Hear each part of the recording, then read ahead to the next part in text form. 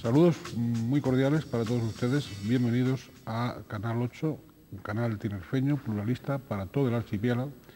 Y bienvenidos al programa de Directo al Objetivo, un programa de entrevistas en el cual pues, conversamos con personalidades de nuestra vida política, de la economía, del mundo de la ciencia, etcétera. En esta ocasión tenemos que agradecerle el que haya cedido a la invitación del canal y del programa a un invitado que ha estado en algunas otras ocasiones y que de nuevo nos honra con su presencia. Hablamos de don Antonio Castro Cordovez, consejero de Infraestructuras, Transportes y Vivienda y secretario del Gobierno de Canarias. Bienvenido, don Antonio. Muchísimas gracias. Bien, conversar con don Antonio, y no es halago ni muchísimo menos, siempre es enriquecedor desde el punto de vista de los televidentes y desde el punto de vista de uno mismo, aprendiz de periodista, ¿no?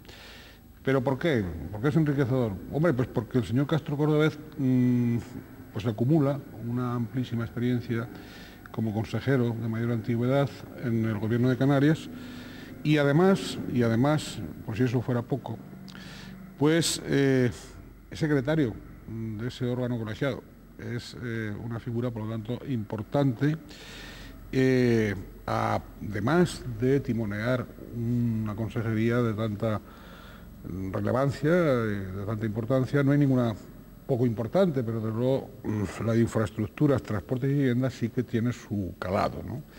Por todos esos motivos, y no a humo de pajas, decimos lo de conversar para enriquecernos.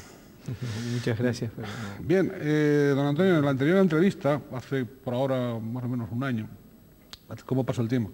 Sí. Me permití plantearle, pues a la vista de la situación de entonces era pues un acuerdo de legislatura con el gobierno de Rodríguez Zapatero, de Coalición Canaria en Madrid, y un cogobierno con el Partido Popular en la comunidad autónoma, ¿no? Entonces yo, usted no lo recordará, pero yo sí lo recuerdo, lógicamente le planteaba a usted que ustedes parecían que estaban oscilando entre la esquizofrenia y la complementariedad, ¿no? Es decir, o sea, de estar con unos en Madrid y con otros aquí no parecía muy coherente, ¿no? ¿Se acabó la esquizofrenia por fin? Sí, se acabó, sí. Bueno, se puede llamar así, pero vamos, no era para... Sí, pero sí. Se acabó la situación de tensiones, ¿no? Bien, están en un gobierno ahora de minoría parlamentaria con esos puntuales apoyos socialistas. ¿Es suficiente para la estabilidad de la institución del gobierno? Bueno, nosotros creo que, si voy a decirlo así, nosotros, el Gobierno de Coalición Canaria, tiene que ganarse la estabilidad cada día. La estabilidad hay que pedírsela y la debe procurar quien gobierna. Yo creo que el Partido Socialista Canario dio un paso de responsabilidad, así lo definía su secretario general Juan Carlos Alemán, y yo creo que es así, y hasta ahora están cumpliendo muy bien, están diciendo los asuntos que discrepan, están planteando las exigencias donde las exigen, pero saben que esta comunidad necesita un gobierno estable y una administración que, bueno, pues que no se paralice, que tenga unos objetivos, que dé respuestas a los problemas de los ciudadanos, a los inmediatos y a los de futuro, ¿no? Y yo creo que están colaborando bastante bien. O sea, en mi opinión, al final ha sido una decisión muy acertada, y no tanto porque el Partido Popular no sea capaz de hacer esto, pero el Partido Popular, después que perdió las elecciones en Madrid, se planteó estar en la oposición, y apoyando al Gobierno de Canarias querían tener al Gobierno de Canarias en la oposición, y eso no puede ser, ¿no? Y entonces se ha tomado una decisión, creo que muy meditada por parte en este caso, por parte del presidente del Gobierno de Canarias, por Dan Martín, y por Coalición Canaria, y desde luego de agradecer y de valorar, porque hay que reconocerlo en justicia, por parte del Partido Socialista Canario. Bien, en ese nuevo planteamiento, usted acaba de decir que por ahora el comportamiento del Partido Socialista pues es, digamos que, reprochable. De hecho, hay algunos sectores dentro del Partido Socialista, aunque a veces no lo manifiesten, que comentan que bueno, que ellos siempre han cumplido cuando han tenido relaciones, antes no con Coalición Canaria, sino con ATI o con otras fuerzas políticas, que los que no cumplieron al final, lo que no cumplían era la ahora Coalición Canaria. Coalición Canaria va también a mantener ese clima, digamos, de respeto mutuo y de colaboración y de correspondencia a esa actitud de responsabilidad del Partido Socialista en Canarias. Bueno, eso es lo que tratamos, ¿no?, desde Coalición Canaria. Y yo, bueno, soy consciente de que en el Partido Socialista, pues posiblemente estas decisiones que ellos tomaron en el mes de mayo no fueran unánimes, como tampoco eran en Coalición Canaria, porque también ellos lo saben. Lo que digamos que, si lo podemos decir así, que la corriente mayoritaria en Coalición Canaria estamos por esa línea y queremos que Coalición Canaria, si en el pasado ha cometido algún error, no los vuelva a cometer y tener siempre muy presente, ya nos encargamos algunas personas de eso, de que nosotros tenemos la enorme responsabilidad, todos, pero especialmente en esta etapa, en estos tiempos Coalición Canaria, de administrar y de alguna manera pues encabezar lo que es la política canaria, ¿no? Y eso comporta una responsabilidad que los ciudadanos han depositado en nosotros y que, bueno, porque el juego de los partidos políticos puede tener su espacio, ¿no? Pero vamos a tratar también desde Coalición Canaria, y ya digo, y algunas personas pues, lo estamos haciendo con mucha energía, con mucha firmeza, el que Coalición Canaria también cumpla la parte que le corresponde, sabiendo que estamos en minoría y sabiendo que también tenemos un acuerdo a nivel de España con el Partido Socialista. Es un acuerdo, como alguien lo decía, pues si se quiere, un acuerdo cualitativo para el Partido Socialista, pero para Coalición Canaria es importante, porque no solo es cualitativo, sino que ayuda a la gobernabilidad de Canarias, ayuda, mejor dicho, a los intereses de Canarias. De Canarias y del conjunto del Estado también. La semana pasada don Antonio Castro participaba formaba parte, integraba la delegación por parte de Coalición Canaria y el Partido Socialista que culminó pues con un acuerdo sobre los presupuestos generales del Estado para el año 2006. Ahora ya en trámite parlamentario en las Cortes Generales, ¿no? Acaba de presentarse relativamente la semana pasada también.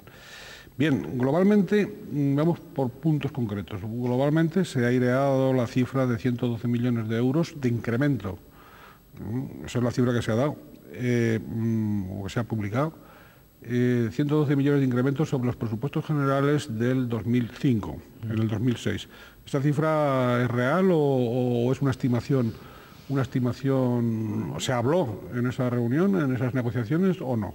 De esa cifra. Sí, bueno, no se habló de eso, tampoco teníamos los presupuestos delante ni hicimos la cuenta, ¿no? Pero en partidas nominadas, es decir, que ya ponen el nombre de Canarias, hay un incremento solo en carreteras, solamente en carreteras de casi 60 millones de euros. Para el plan de carretera. Volveremos después sobre las carreteras. Sí, en vivienda hay como unos 15 millones de euros que yo vaya recordando, mentalmente añadiendo. En obras hidráulicas con respecto a los presupuestos del Estado del año pasado, ¿no? Estamos hablando de incremento. De incremento, correcto. No de partidas totales, sino de incremento sobre lo del 2004. Pues sí, ahí también hay unos 20 millones de euros, ya debemos ir cerca de 90, está la partida de transporte, está la subvención al transporte. Es posible que esa cifra se quede corta. Como no tenemos los presupuestos, ni los teníamos ayer sobre la mesa, ¿no? Pues no, hasta fecha yo no le puedo decir exactamente esa. Está en el Congreso de los Diputados, estamos estudiándolos para ver las enmiendas, pero es posible que sea más. Es posible que sea más, sí. Sin contar partidas como los asuntos relacionados con la política de inmigración, la política de investigación, desarrollo e innovación, que también son partidas en las que se han adquirido compromisos de hacer convenios con Canarias, pero son partidas que están globalizadas y por lo tanto ahí sí hay convenios y esos convenios tienen que ser permítame que vuelva a comer carretera, se pueden hacer esos convenios si hay obras concretas que hacer, si somos capaces de tener proyectos, las empresas privadas, la administración de proyectos de innovación y desarrollo, pues también tendremos partidas para ahí. Y bueno, y luego pues el incremento de sanidad, que el incremento hablando de sanidad, don Antonio, ha habido ahí una danza turca también de cifras, de bamboleos, porque se ha hablado desde 100 millones hasta 180 de incremento, siempre de incremento, estamos hablando, y sobre la partida de sanidad, es decir, algo tan, pues casi el doble, ¿no? O sea, se da por un lado una cifra, todo este mare magnum de cifras, todo esto, lo que hace de alguna manera es aburrir al ciudadano, ¿no? Aburrirlo y además ponerlo en una situación de descreído, ¿no? De que no acaba de creerse todo eso, ¿no? Sanidad realmente, la aportación de las arcas, las transferencias de sanidad del Estado en la última oferta que se ha realizado por parte del gobierno de Rodríguez Zapatero, ¿es satisfactoria para Canarias o no?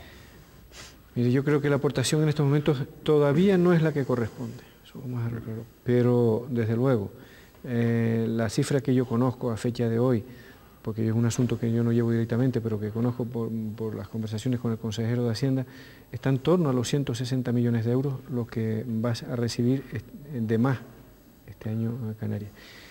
Eso lo miramos como un incremento de los presupuestos para Canarias. Yo creo que también hay que mirarlo, pero porque digamos que el reparto de sanidad fue para todas las comunidades autónomas, pero Canarias va a recibir para sanidad 160 millones de euros por distintos conceptos, ¿no?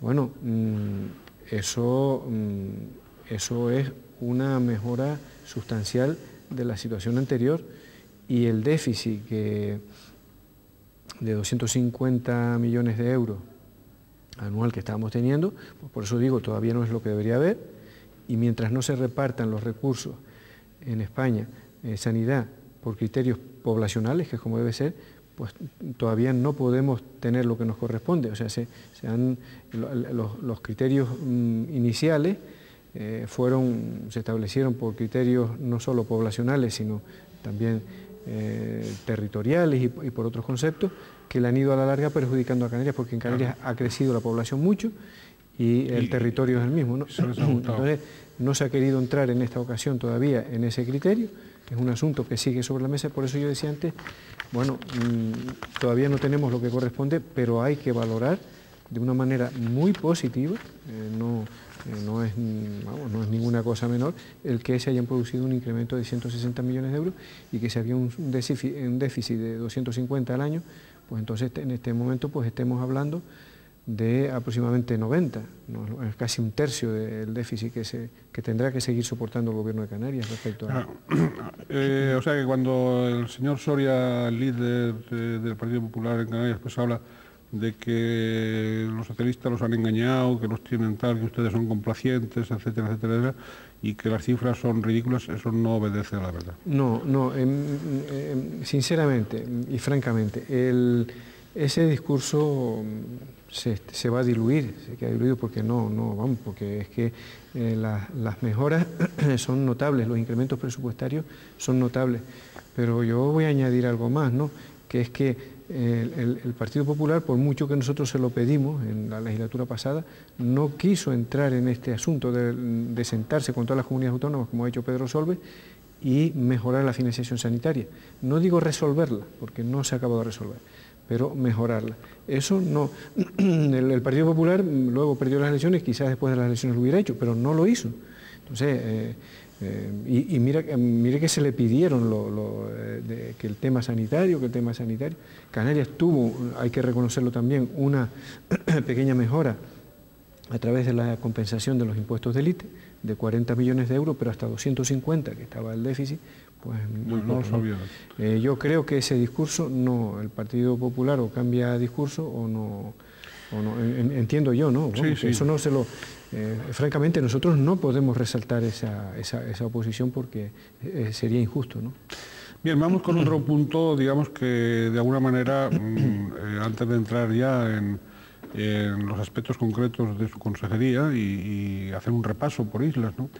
Sobre eso, pero en lo que es el conjunto de la política del archipiélago, otro de los asuntos que en este momento pues están ahí en el candelero es la reforma del estatuto. Es cierto que que se sepa, no hay una demanda popular ni social de que eso se produzca con urgencia, bueno, pero está ahí. Da la impresión desde fuera, da la impresión de que unos y otros se han tomado, y sobre todo Coalición Canaria y el Partido Socialista, se han tomado el ritmo, digamos, a la espera de lo que suceda con el Estatuto catalán, como diciendo, bueno, vamos a ver, el referente aquí es el Estatuto catalán, según pase con el Estatuto catalán, ahí después nosotros nos planteamos. Pero bueno, con independencia de esa percepción externa, que puede estar equivocada, o puede que no, hay un punto claro, y es que los socialistas en Canarias, desde el principio, han planteado, es cierto que participaron en el grupo aquel de expertos, designado por el gobierno, aceptaron, que han estado en la ponencia, que se marcharon, que después han vuelto, pero uno de los puntos clave para sacar adelante el estatuto es el sistema electoral.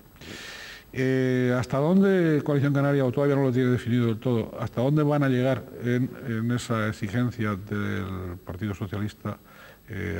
¿O será salvable al final esa exigencia, si no lo que pide el Partido Socialista, si en una fórmula, digamos, transaccional de unos y otros? Pero ¿va a haber cambios, en definitiva? ¿Puede y debe haber cambios en el sistema electoral? Sí. Por una cuestión fundamental.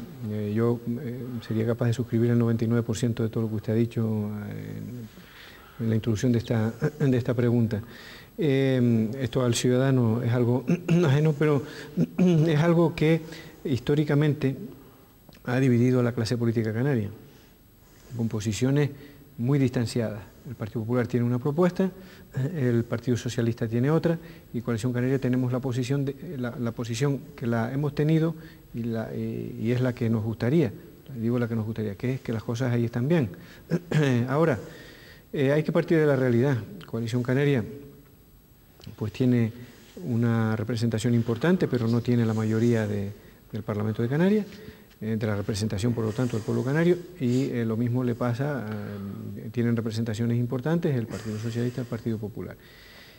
Y otra cuestión, que esto cuando yo viví aquellos momentos, esto se puso, este asunto del sistema electoral canario, se puso en el estatuto en una disposición transitoria en el año 1982, que se aprobó en el 83, pero se cerró el acuerdo en el 1982, con la vocación de que el primer Parlamento canario, definitivo, que se produjo, fue la legislatura del 83 al 87, lo resolviera, mediante ley apotada por 2/3. Y es de aquí que, pues 23 años después, no lo resolvió. Está sin resolver. No lo resolvió y 23 ¿Y en la reforma del Estatuto del año 86 tampoco se resolvió? En el 96. Perdón. Sí. ¿Tampoco se resolvió? Tampoco. Y siguió estando en una transitoria. Entonces, yo en esto estoy con las ideas absolutamente claras, con la lectura de los ciudadanos, con la lectura de las representaciones, en fin, de los territorios, y con otra parte que hay que ponerla sobre la mesa, que es que todas las fuerzas políticas, las tres, tenemos que ceder de nuestras posiciones de partida para buscar una solución y no mantener este debate en la clase política, porque es un debate que es importante para las fuerzas políticas, quizás, pero que para la sociedad lo que es que los políticos consumamos tiempo en ese asunto, en las instituciones, en el tiempo que gastamos. Y yo creo que eso después de 23 años hay que resolver. Y no se resuelve si todos nos cedemos un poco. Y por lo tanto, a su pregunta, pues sí, Coalición Canaria acordó en su Congreso entrar en la modificación del sistema electoral. Y hemos estudiado propuestas, las conocen, bueno, de momento el Partido Socialista, pues, con quien se lo hemos adelantado, el Partido Socialista está firme en sus posiciones, por lo que conocemos pues también el Partido Popular. Entonces nosotros lo que hemos dicho es que ese debate, desde Coalición Canaria, ese debate hay que tenerlo cuando esté acabado el trabajo del Estatuto. ¿Por qué? Porque el Estatuto, si no sale la modificación del Estatuto, será porque no sea buena. Y si no es buena, pues no vale la pena ensancharnos en una discusión que sería baladí, porque luego estaríamos como al principio. Claro. Y por otra parte, cerrado un buen estatuto, a ver qué fuerza política es capaz de decir no sale por esto. Y además yo ya acabo haciendo un añadido a todo esto, que es que cualquiera de las fórmulas que se han estudiado, la representación política de los partidos sería prácticamente la misma. Puede variar un diputado más o un diputado menos en las fuerzas políticas. Entonces, que no cualquiera de las fórmulas no perjudicaría a esas tres fuerzas políticas. Claro, efectivamente. Y seguiría perjudicando entonces, pregunto, a aquellas fuerzas insulares que, bueno, como ha sucedido, digamos, hasta ahora, ¿no?, que por un número escaso de votos pues no han conseguido representación parlamentaria. Quiero decir, al no ser fuerzas de todo el archipiélago, sino insularizadas, ¿les perjudicaría a ellas? No, pero no les beneficia tampoco, porque es que si no se llega, va a haber más escaños, y piensan que habiendo más escaños tienen más posibilidades de entrar, porque una modificación electoral, hay que recordarlo, hay capacidad de aumentar un límite, 10, incluso alguno más. Incluso más. Sí, pero no mucho más. Estaríamos 10, 11, 12 diputados, no más. O sea, es lo que se está barajando.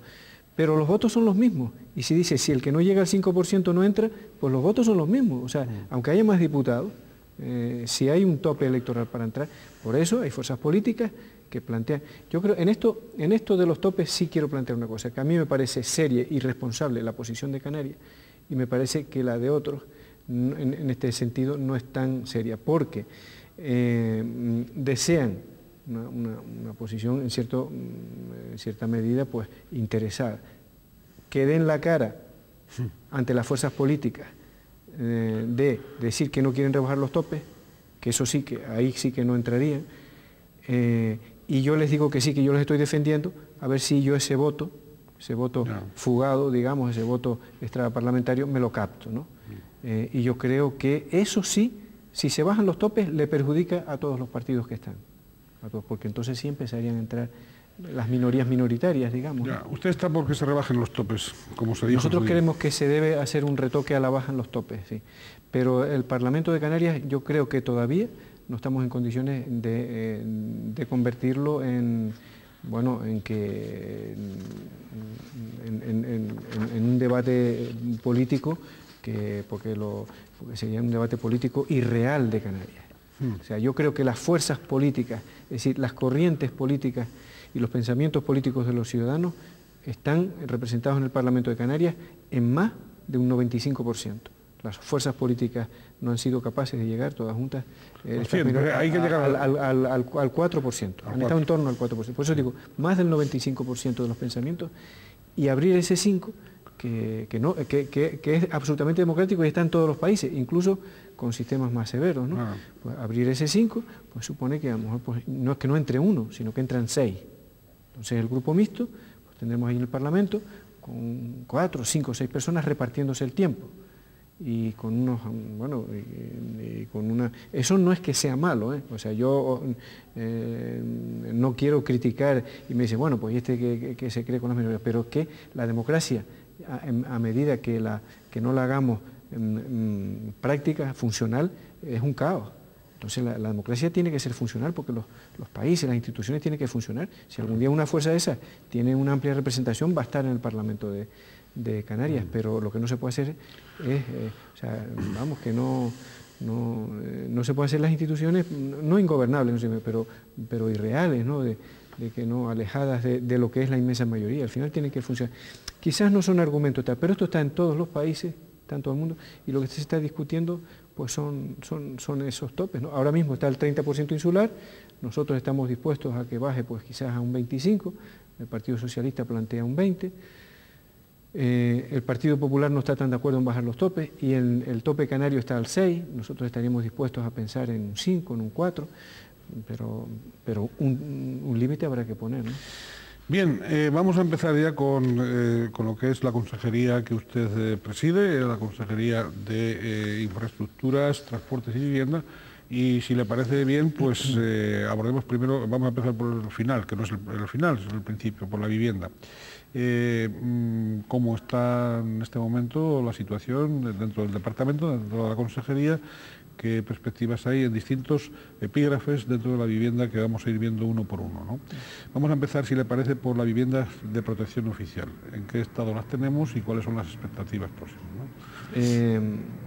La vivienda de protección oficial abarca varias, sí. Digamos, varios programas. Está ahora mismo, hemos tenido un periodo de 1 año y medio, casi 2 años, una cierta ralentización, ahora mismo está adquiriendo otra vez auge, ¿no? Se han mejorado los precios, fue una gestión, y quiero recordarlo, un posicionamiento inicial desde hace más de 2 años, personal mío, de que habría que incrementar el coste, el precio, por lo tanto, del módulo de construcción de la vivienda protegida, para que hubiera vivienda protegida. Si quiere luego explico las razones por qué. Y que los promotores pudieran construir vivienda. Y eso pues se aprobó en el mes de julio en una conferencia sectorial de la ministra de Vivienda con todas las comunidades autónomas. Pero fue una lucha por la que recibí muchas críticas. Estaban diciendo, no, que quiere subir el precio de la vivienda. Habría que explicar el por qué. Porque a veces es preferible, lo voy a explicar. Explíquelo. Poder tener vivienda a un precio que lo puedan adquirir la familia, y que si las pongo, y vamos a hablar en pesetas porque no se entiende todo el mundo todavía, ¿no? Si las ponemos, si el módulo sale a 12 millones de pesetas, la vivienda, no hay promotores que las hagan. Y si la ponemos a 15, sí las hacen. Y entonces, por no subir ese tramo, por no tener viviendas de 15, la gente o no tiene vivienda o se tiene que ir a 25 o 30 millones. No sé si me explico. Sí, perfectamente. O sea, subirle un 20%, que parece una barbaridad. Eso hace que... Y eso está funcionando y va a empezar a funcionar. Con la vivienda de alquiler o de promoción pública, sí. Bueno, pues estamos haciendo todo lo que podemos. Se están construyendo en estos momentos, hay programas ya en marcha, unos edificándose, otros iniciándose, otras viviendas están en contratación. Hay como 2.000 viviendas en todo Canarias en marcha en este programa ahora mismo. Perdone que le interrumpa, ¿este programa está dentro del plan de vivienda 2005-2008 o no? ¿O sí, otra cosa distinta? Sí. ¿Está dentro de ese? Sí, ya estamos ejecutándolo. El plan de la vivienda. 2005-2008, aunque no está aprobado. Ya, pero claro, bueno, ¿está funcionando? No, no sirve para explicar estas cosas. Sí. A veces cuando se habla de un plan de carretera, sí, de un plan de vivienda, pues son documentos que se hacen, que políticamente hay que hacerlos, porque hay que establecer objetivos y fijar métodos y demás. Pero lo que nos permite ser operativos es que haya dinero en los presupuestos. Por supuesto. Entonces, sin gofio, la lata no funciona. Claro. Entonces, los presupuestos hay que gastarlos, hay que invertirlos. Entonces, por las razones que sean, no cuestión ahora pues el plan se ha venido retrasando, porque tenía que haber sido 2003, pues 2006, porque son 4 años, 2003, 2004, 2005, 2006, el Partido Popular no lo acabó, lo tenía preparado, luego vinieron las elecciones y nos hemos encontrado que está informado favorablemente por todas las comunidades autónomas, está aprobado en la mesa, pero no están firmados los convenios. Pero están los dineros en el presupuesto, por lo tanto podemos hacerlo, que es lo legal. Un plan es un documento, claro. La ley es el presupuesto, ¿no? Y los criterios por los que se reparten las ayudas. Bueno, pues como digo, pues estamos haciéndolas. Las viviendas estas de promoción pública, que son para familias muy necesitadas en régimen de alquiler, pero globalmente el problema que nos hemos estado encontrando es que no es nuevo. Y que el suelo. Usted lo ha dicho muy bien, el suelo. Y que yo he querido también dejarlo resuelto para muchos años, abordándolo a la cuestión de fondo. Y tenemos una ley en el Parlamento que yo espero que en el mes de octubre, a lo máximo en noviembre, se apruebe, que va a obligar a los ayuntamientos a reservar suelo y va a permitir a los promotores calificar suelo rústico para vivienda protegida, siempre que sea para vivienda protegida. Eso va, pero claro, una medida de ese tipo, el efecto práctico va a ser en 2 o 3 años, pero tengo la satisfacción de haber abordado la cuestión de fondo, que en esta comunidad es muy difícil encontrar suelo, muy difícil. Entonces, tal es así, que yo he firmado estos días pasados la resolución de un concurso que sacó la comunidad autónoma, para que creo que por unos 3 millones de euros, unos 500 millones de pesetas, para comprar suelo, para vivienda de promoción, y que quedó desierto, porque nadie ha querido ofrecer suelo Al precio de la vivienda protegida, ¿no? Entonces, eso, la reflexión, yo llevo en este departamento unos años y uno, aparte de los conocimientos, aparte de los objetivos y de los programas políticos de los partidos, uno también tiene que ver la realidad y la experiencia, ¿no? Entonces, yo hace tiempo que me he dado cuenta, oye, si yo sigo con una política de ofrecer de que el precio de la vivienda no puede pasar de aquí, de que no puede subir la vivienda, pues no se hacen viviendas. Y claro, si el suelo que tenemos, pues lo concursamos a los precios que no es competitivo, bueno, pues esas cosas hay que cambiarlas. Luego se puede decir, bueno, las familias no podrán ir a pagar una vivienda de 20 millones, entonces en vez de darle 1,5 millones que se le está dando, habrá que darle 5. Y a lo mejor se contentan a menos familias, pero se hacen viviendas. Pero es que estamos, perdón la expresión, pero es que estamos trincados, pues si la vivienda no se paga más, pues no hay vivienda. No hay vivienda. Bien, desde luego es usted, en fin, comentaba que estos últimos años no se han promocionado ese tipo de viviendas y realmente es muy preocupante desde el punto de vista social, sobre todo para toda la población, pero sobre todo para los jóvenes que se las ven y se las desean para, las parejas jóvenes, los matrimonios jóvenes que se las ven y se las desean para obtener una vivienda, ¿no? Bueno, se han creado programas para jóvenes, ¿no? Sí, pero bueno, todavía me parece que dentro de la insuficiencia, porque... Y el acceso al alquiler. El problema del joven muchas veces es otra, que ha salido estos días, ¿no? Que ese sí que es más cierto, ¿no? Que al no tener trabajos estables, tienen dificultad de acudir a una hipoteca, claro. Nadie les da no ofrecen las suficientes garantías. No van a tener garantías para las hipotecas, por lo tanto, si no tienen hipotecas no pueden acceder a la vivienda. Claro. Pues estamos en un conflicto sin resolver. El papel de Visocán y de Gestur en la promoción de viviendas públicas es importante, ¿o no? Sí, bueno, sobre todo... ¿O suficiente? No es suficiente. Sobre todo el papel de Visocán, aunque a Visocán se le ha criticado muchas veces, usted lo sabe por los promotores, de que si hace vivienda, que esa empresa... Ya últimamente menos, porque ya nos hemos encargado de explicar claramente en las reuniones que tenemos con los promotores de que Visocán no les hace competencia, que Visocán va allí donde ellos no quieren ir, que es el segmento de poder adquisitivo bajo, ¿no? Ya me gustaría a mí, y creo que sería bueno que Visocán fuera a otros segmentos que van los promotores privados para estimular a los que ellos vayan también, porque muchas veces no van. Visocán está haciendo un buen papel, pero padecemos las consecuencias de que Visocán el suelo lo tiene que comprar al precio de los módulos que estemos establecidos, ¿no? Y claro, el promotor puede ir, dice, bueno, el precio que ofrece de la vivienda protegida no me interesa, voy a vivienda privada y tiene salida con su suelo.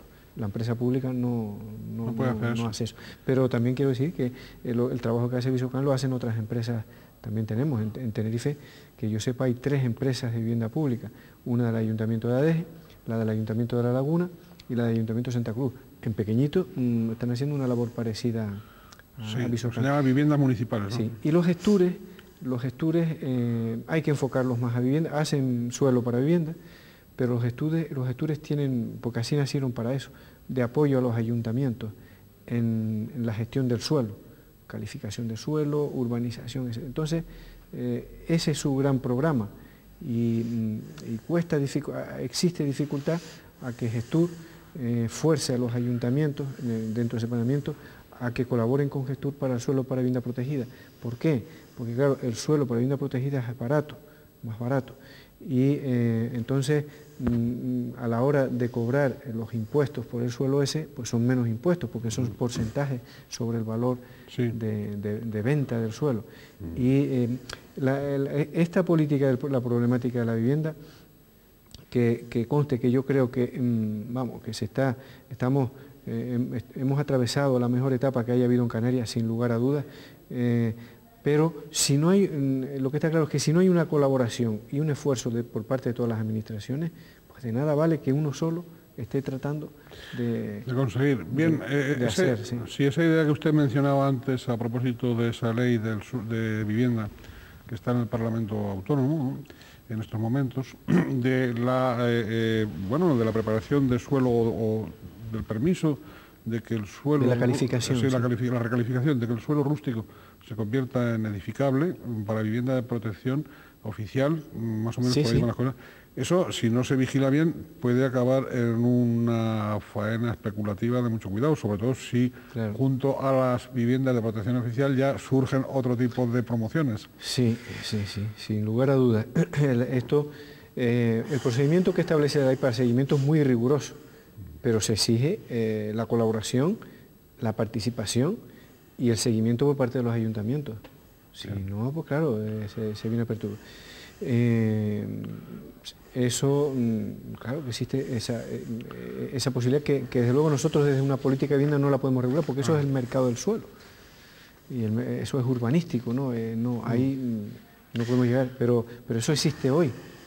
Nosotros lo que hemos conseguido es que en una pequeña medida, pues claro, tampoco, o sea, no creamos que para eso va a ser mucho suelo, porque eso está en manos de los promotores privados. Los promotores privados, hay un grupo de promotores que se interesan por la vivienda protegida, de protección oficial.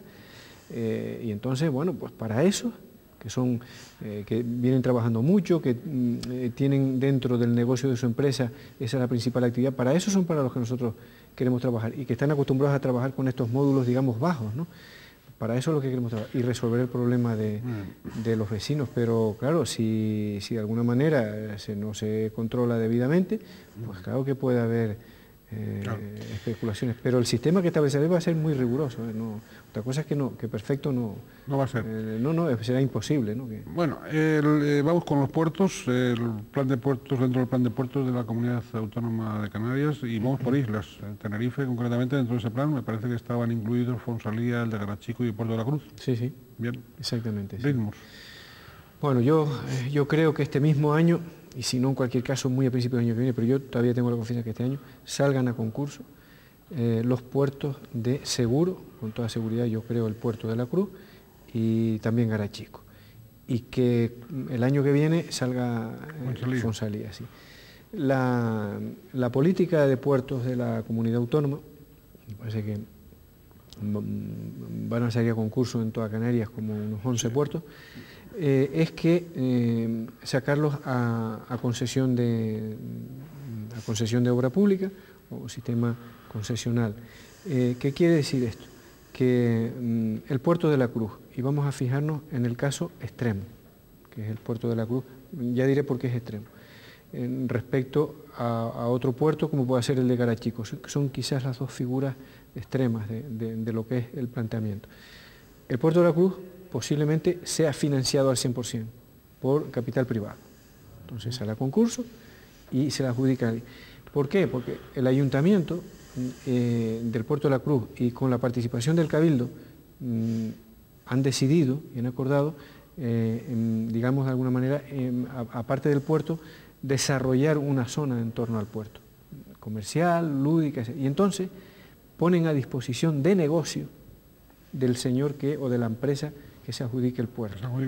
Entonces la empresa hace el puerto y hace unos locales comerciales, no sé qué, y a cambio explota aquello.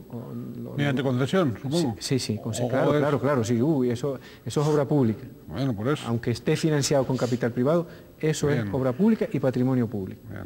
Y lo mismo que los terrenos del ayuntamiento. Entonces, por 30 años, que se pueden ser hasta 40, señores, y puede ser que incluso produzcan beneficios, no será del primer año, pero al tercer o cuarto año, beneficios que en unos casos irían al ayuntamiento y en otros al gobierno, ¿no? Con retorno.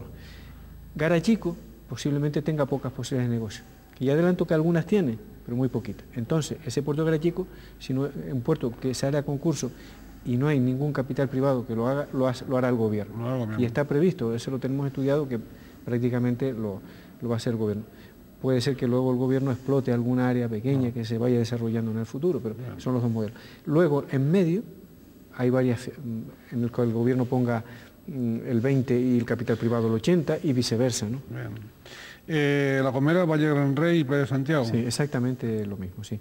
Valle Gran Rey está terminada la primera fase, yo creo que la pongamos en funcionamiento en abril de la próxima primavera, y Playa Santiago, pues estamos pendientes. Playa Santiago, si no se financia con dinero privado, no tendrá prioridad, digamos, no es que no se haga, pero dentro de los planes de inversiones ese puerto está considerado con financiación privada. Lo mismo que el puerto de la Cruz, si no saliera capital privado, dejaría de ser prioritario, sería prioritario Garachico. Quiero dejar estas cosas claras, pero tenemos la certeza, porque se ve la información que se demanda de los departamentos, el interés que hay. Entonces, hay mucho interés en Playa Santiago y hay mucho interés en Puerto La Cruz.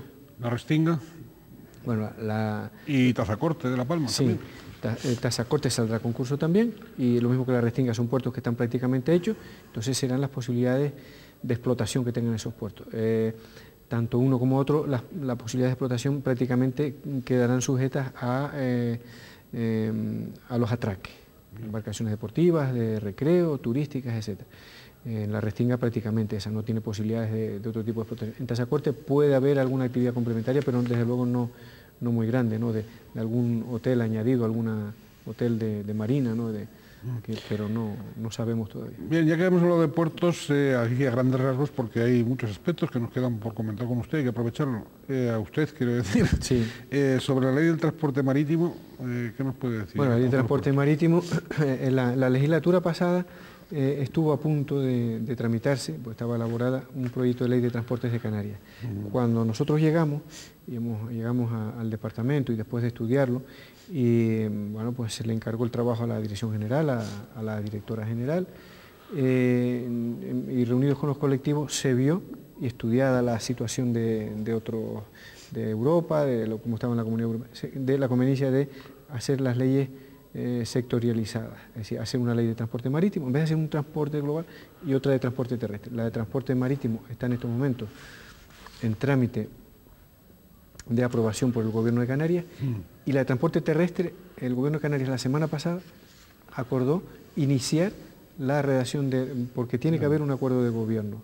Entonces, bueno, pues digamos que la de transporte marítimo es posible que este mismo año, muy a principios del año que viene, entre en el Parlamento, y la otra, la de transporte terrestre, yo creo que entrará a mediados del próximo año y que se puedan aprobar en esta legislatura. Se pueden aprobar. Sí. Va a traer muchos beneficios. Algo que, por ejemplo, en transportes que se ha logrado y que no se sabía, era que, vamos a ver, las comunidades autónomas tenemos competencias, y era que las tarjetas de transportes que se daban en Canarias no servían para la península, y las que se daban en la península sí servían para Canarias. Y ya se logró. Entonces, claro, la gente iba a sacar la tarjeta de transportes a la península, ¿no? Y entonces eso ya es un logro que se ha hecho ya con este gobierno, con el gobierno de Canarias y con el gobierno de Madrid, y que se ha aprobado y ya van a empezar. Entonces todos esos aspectos nuevos se van a recoger en la ley, que no teníamos. Por lo mismo, yo he tenido la suerte de hacer la ley de puertos, que no existía en Canarias, y pondremos en marcha el organismo autónomo el próximo año. Después que salgan todo este concurso de puertos, se pondrá en marcha el organismo. Claro, es decir, se hacen esas leyes de puertos importantes, de carreteras, de transporte terrestre, es decir, perdón, de transporte marítimo, de transporte terrestre, pero todavía sin definir muy bien las competencias, digamos, en puertos y aeropuertos, ¿no? Que es una de las batallas probablemente estatutarias más difíciles. Sí, eso de los puertos de interés general y los aeropuertos de interés general. Sí. Bueno, yo, para ser muy concreto en esto, yo estoy convencido de que esas competencias van a estar en el nuevo estatuto. En el estatuto, en la modificación o la ampliación del Estatuto de Autonomía, sí. Nosotros la semana pasada, como bien sabe, estuvimos reunidos con el Partido Socialista, hemos tenido reuniones a nivel de gobierno, y hemos tenido muchas reuniones con el Partido Socialista en Canarias, porque a nivel de España, bueno, pues todo lo que hace es un poco tanteo, porque lógicamente no vamos a hablar del estatuto a nivel de las Cortes Generales sin tener un acuerdo previo aquí. Aquí, bueno, sería absurdo, ¿no? Y el acuerdo aquí además con todas las fuerzas políticas, incluido el Partido Popular. Pues, pero por lo que hemos visto y por lo que sabemos y lo que ha avanzado, como usted decía al principio, la situación del Estatuto Catalán y la posición del Gobierno del Estado con el Estatuto Catalán, yo creo que esas competencias van a estar en el próximo estatuto. Bien, carreteras de interés general, después hablaremos de los proyectos, pero vamos a hablar de las que están en ejecución y de las terminadas. recientemente. Bueno, en la isla de Tenerife están a Tenerife. Sí, Digo, acabadas o vamos, o ejecutándose. Sí, sí. ¿no? Bueno, acabadas aquí, habrá que recordar rápidamente que se ha hecho la de Santa Cruz a la Laguna, la autopista, la avenida 3 de Mayo a Guajara, Sí. que bueno, que ya parece que la tenemos todos los días como si hubiera estamos, pero que la hemos hecho nosotros y que le dio a Santa Cruz de Tenerife un espacio nuevo y extraordinario como es la avenida 3 de Mayo, y resolviendo grandes problemas de tráfico en toda la autopista y sobre todo en los enlaces de los más vuelos, el enlace de Guajara, son quizás pues los más importantes, ¿no?, que se han hecho. Se hizo la autopista de la Laguna Los Rodeos, también la ampliación, las colas esas de entrar ahí en San Benito que cortaban, en fin, ya han desaparecido. Se hizo la mejora y el acondicionamiento de la autopista con iluminación entre Guamasa, en la laguna, y Tacoronte y la Orotava. Se hizo la de Fañabé-Armeñime, ¿no?, que también, bueno, pues estaba allí una carretera antigua de 2 carriles, ha pasado de 4 carriles con vías de servicio, enlaces nuevos, iluminación, ajardinamiento.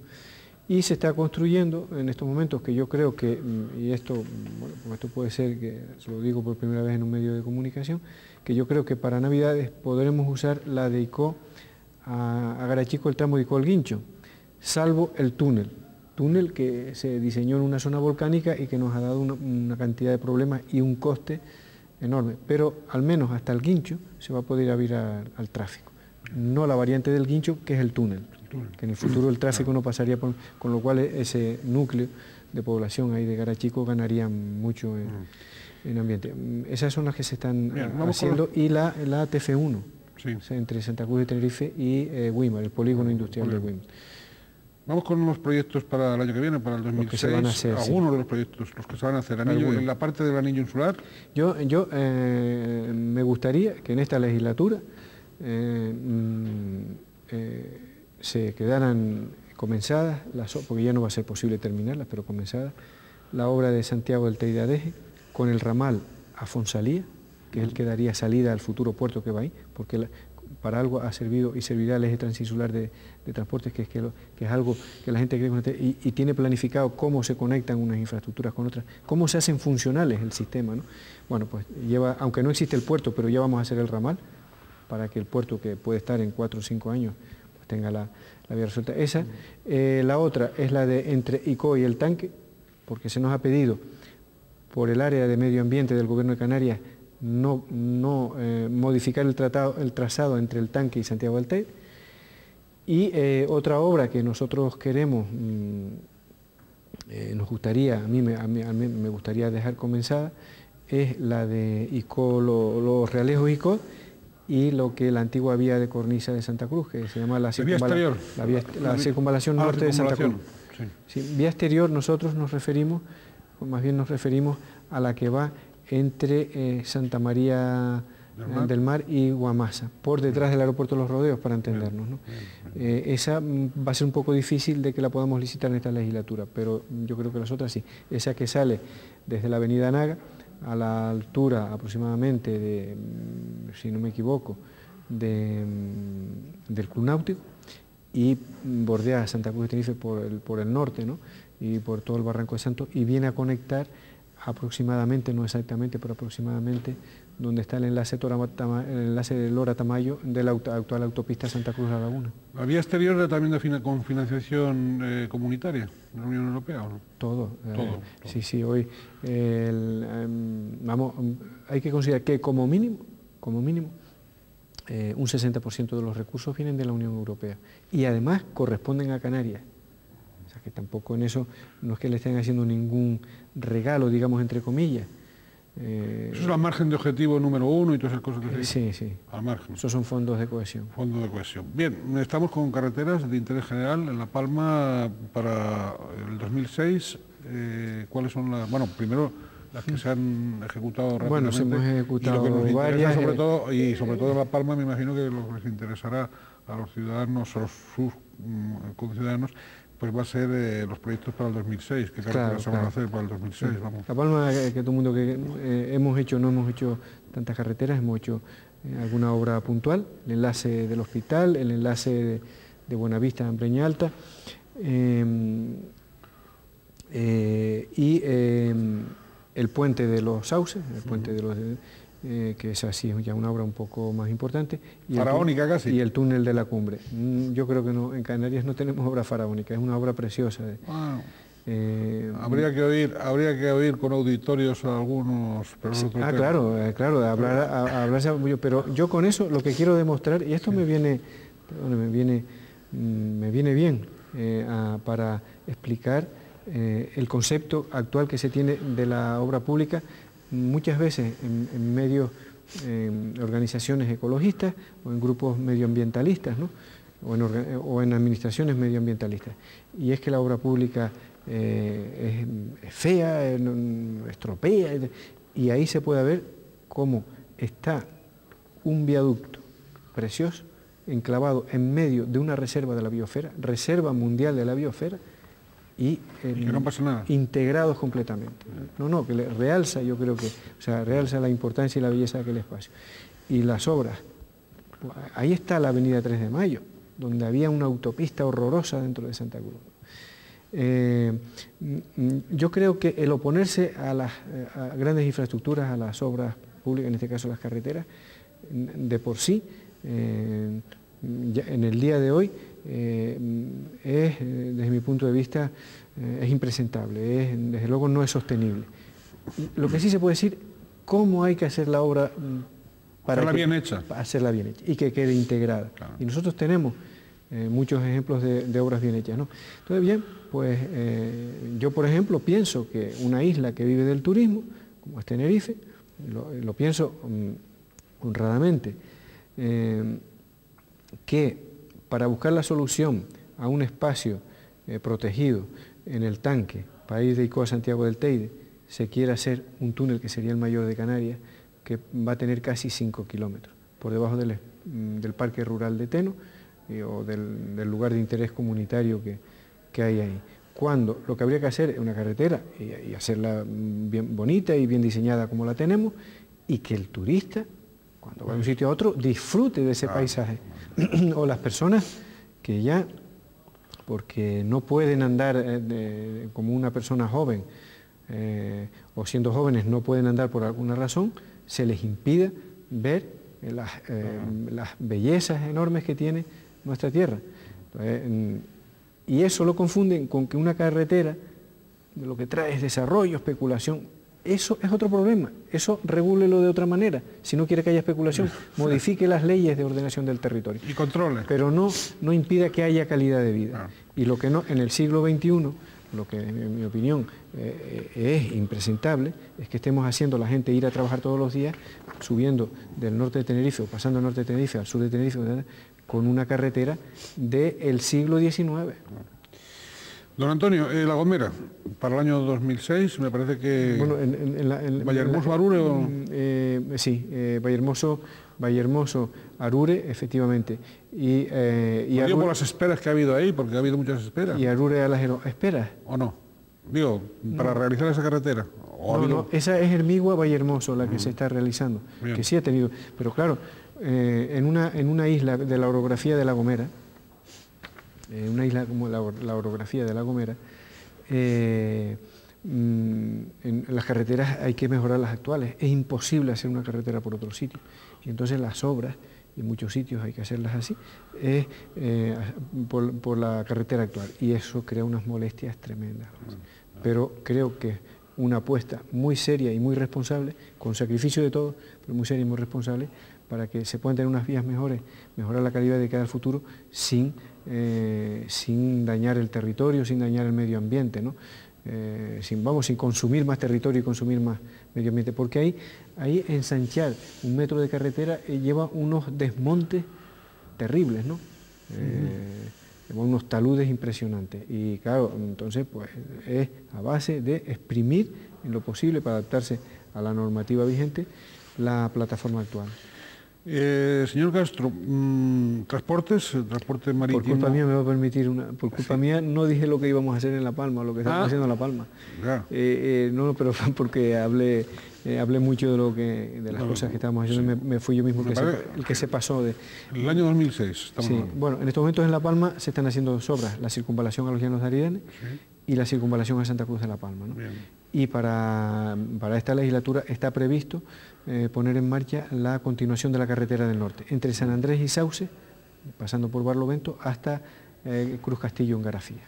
Muy bien, ya brevemente, porque el tiempo se nos echa encima. Una sola. Bien, se nos echa encima el transporte marítimo aéreo, las subvenciones, el estado de las subvenciones finales y si se cumplen, la necesidad de cumplir esas obligaciones de servicio público que no siempre se cumplen, ¿no? Sí, son dos cosas. Bueno, la subvención al transporte en esta legislatura ha habido un acuerdo, yo creo que histórico, ¿no? Desde luego trascendental, para las mejoras de las comunicaciones, para facilitar las comunicaciones marítimas y aéreas dentro de Canarias y de Canarias con el exterior.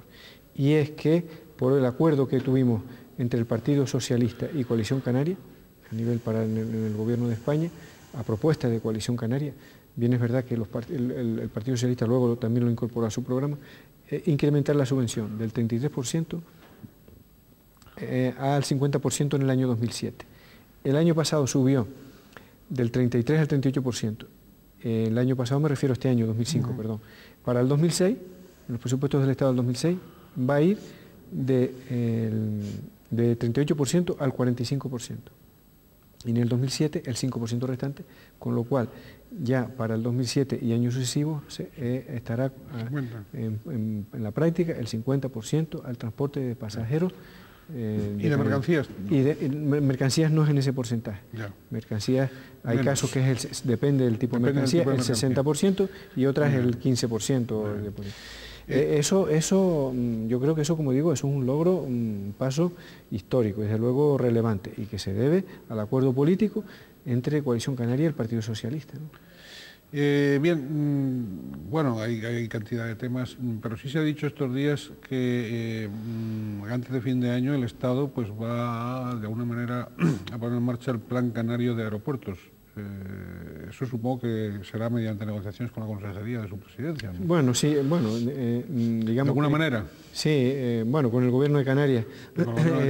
En estos asuntos de Estado, digamos, interviene mucho y participa y le hace un seguimiento muy inmediato el presidente del Gobierno, Adán Martín, ¿no? Y yo encantado y además me alegro, ¿no? Porque tenemos así la opinión y la participación de él, que para estas cosas, una persona muy capacitada y muy ordenada, ¿no? Entonces, efectivamente, ahí hay abierta, primero está la reforma estatutaria, es decir, que pasen las competencias de gestión, la titularidad, eso va a ser prácticamente imposible, pero la gestión de los puertos y aeropuertos. Y segundo, que la política presupuestaria se decida pensando en las singularidades canarias, y que comporta varios aspectos. Por ejemplo, nosotros el criterio de puertos y aeropuertos de interés general no puede ser la recaudación, tiene que ser facilitar la movilidad. Hoy, donde Canarias, el sector turístico hoy por hoy es clave en Canarias, y la competencia con el sector turístico está siendo tremenda, porque aparecen nuevos mercados, como los llaman, o nuevas zonas atractivas o tan atractivas como Canarias, y con costes menores. Entonces, si nosotros no vamos desarrollando una política de costes con los elementos que conforman, digamos, el ámbito económico del funcionamiento de un sector, en este caso el turismo, y las tasas aéreas, las tarifas, la gestión, las facilidades, pues estaremos poniendo barreras. Y claro, Canarias no se puede permitir hoy por hoy prescindir de un sector como el turismo, lo tiene que mimar y tiene que competir. Entonces, y los puertos con las mercancías lo mismo, o sea, las mercancías inciden en el coste de la vida de los que vivimos aquí, pero también del turista que viene, el señor que monta una empresa. Entonces, es fundamental ahí, antes hablábamos de la subvención al transporte, que son esfuerzos que hacen las administraciones, la mayor parte del Estado, la de Canarias en menor medida, pero poniendo recursos para la subvención al transporte, pero no pueden estar descontrolados ni las tarifas ni ni las tasas que se pagan, los precios que se pagan por la gestión de un aeropuerto.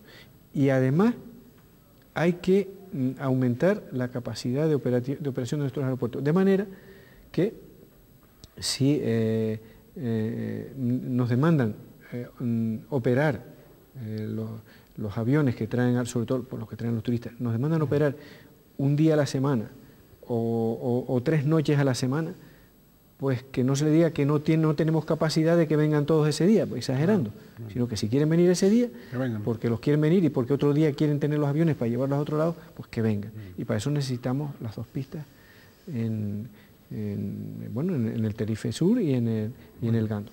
Porque con los estudios estadísticos que hay, pues la proyección por pasajero y tal, hasta el año no sé qué, no está. Pero no, es que no puedes esperar el año, es que se está produciendo una modificación de los hábitos del transporte aéreo para el turismo. Y están buscando que si el bajo coste, que si yo quiero los aviones que por el día los uso para pasajeros, por la noche los pongo para llevar turistas, pero resulta que si por la noche todo el mundo quiere ir esa noche, ese día, no sé qué, yo no puedo aterrizar en Tenerife Sur, pues entonces como no lo quiero tener parado, busco y lo llevo a Marruecos, ¿no? Y luego las obligaciones de servicio público, que esas están para los canarios, bueno, yo creo que están funcionando razonablemente bien, pero para entendernos, la obligación de servicio público quiere decir que, primero, que las tarifas tienen que ser consensuadas, o concertadas o autorizadas, es la palabra. Y segundo, que si un operador deja de servir o deja de prestar un servicio que se considera mínimo por parte de la Administración entre una isla y otra, la Administración eso lo puede sacar a concurso o hacerlo la propia Administración, ¿no? Hacerlo la propia Administración. Entonces, mientras no se produzca un abandono o un deterioro grave, la Administración no interviene. No puede intervenir. Muy bien. Don Antonio, lamentablemente se nos ha ido el tiempo y bueno, yo solamente quería, aparte de agradecerle, nos ha dado varias noticias, digamos, relevantes en relación con su consejería, concretas, con fechas, con nombres. Así se entiende perfectamente a los gobernantes. Cuando un gobernante habla así, tampoco tiene papeles, por lo tanto se la sabe de memoria. Y eso facilita también, digamos, la dinamicidad del diálogo. Bien, ¿usted de todas maneras quiere añadir algo más? No, muchísimas gracias. Yo encantado sé que llevo un departamento que no es más importante que otro, pero que sí tiene unas competencias muy amplias, que está muy en el día a día de los ciudadanos, ¿no? Que es de interés.